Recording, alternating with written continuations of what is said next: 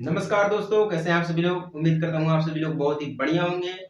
आज के इस वीडियो में हम बात करेंगे क्लास 12 का चैप्टर नंबर 3, जिसका नाम है मैट्रिक्स यानी कि अवयव।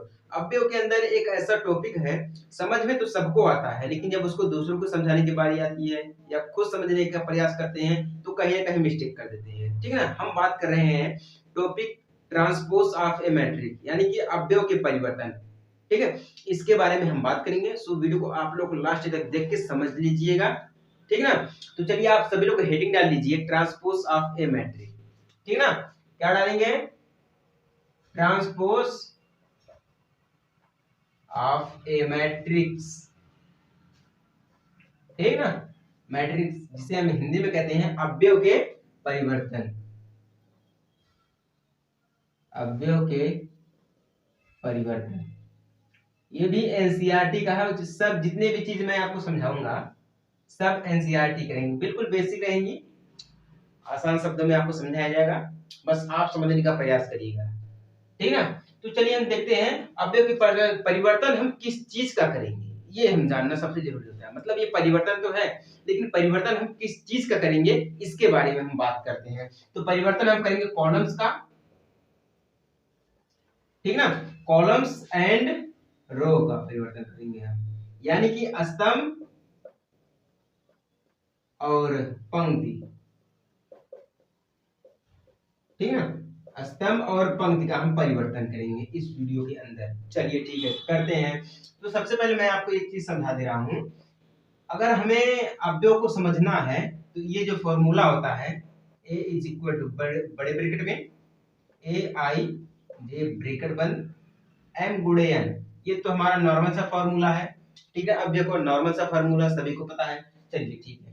यदि अगर ये फॉर्मूला है कोटि के किसी अवयव को, कोटि के किसी भी अवयव को स्तंभ और पंक्ति में परस्पर हम विनियमन, ठीक ना, विनियम द्वारा यानी कि इंटरचेंज द्वारा हम इसको प्राप्त करते हैं, परिभाषित करते हैं। ठीक ना।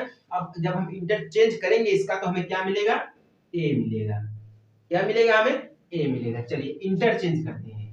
ठीक है ना। इंटरचेंज जब हम करते हैं तो हमें ए प्राप्त होता है। ठीक ना। परस्पर हम इसी से परिभाषित करते हैं इसको, ए से, यानी कि ट्रांसपोज ऑफ ए मैट्रिक। समझ गए आप लोग ना।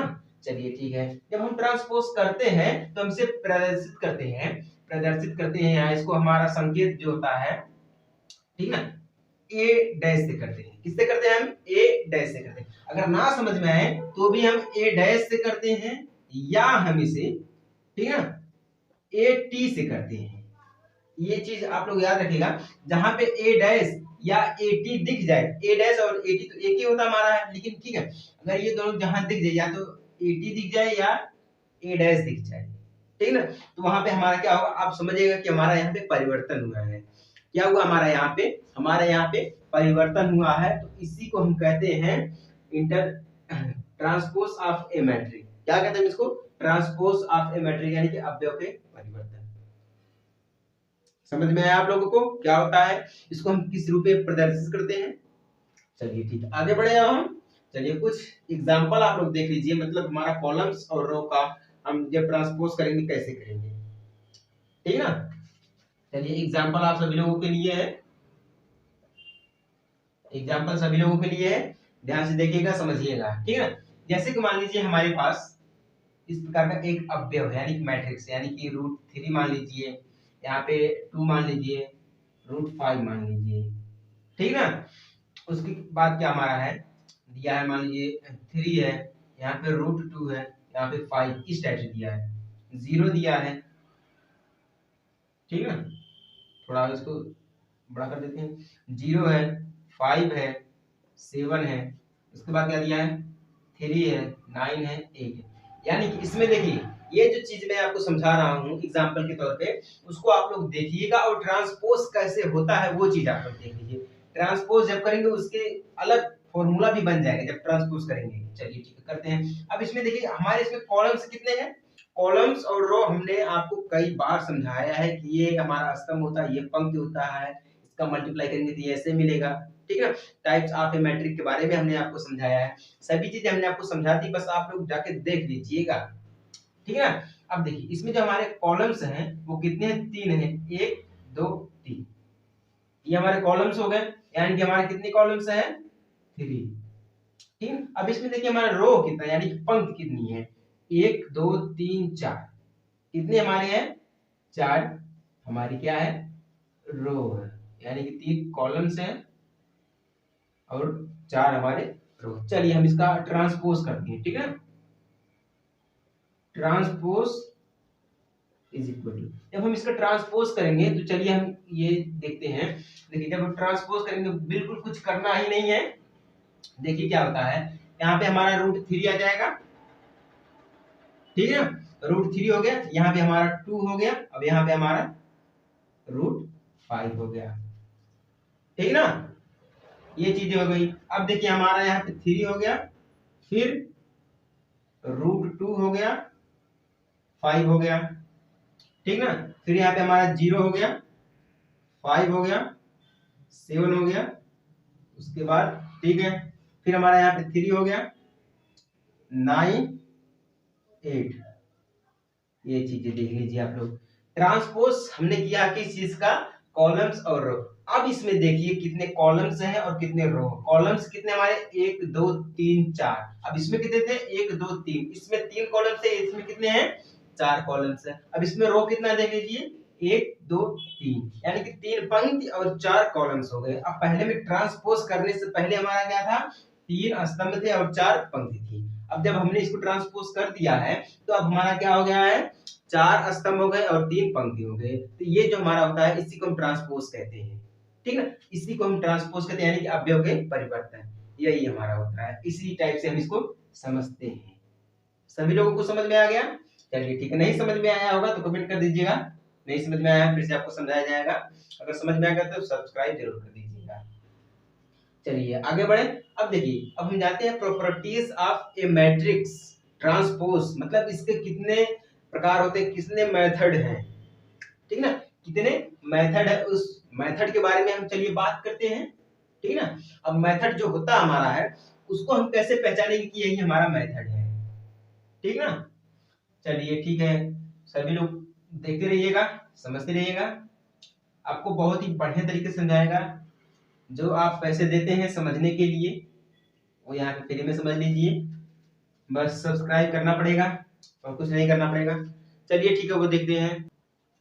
देखिए हम क्या करेंगे, properties of matrix of A transpose, ठीक ना, हेडिंग आप लोग डाल लीजिए, हम आपको ये समझाने वाले हैं, ठीक ना। तो चलिए प्रॉपर्टीज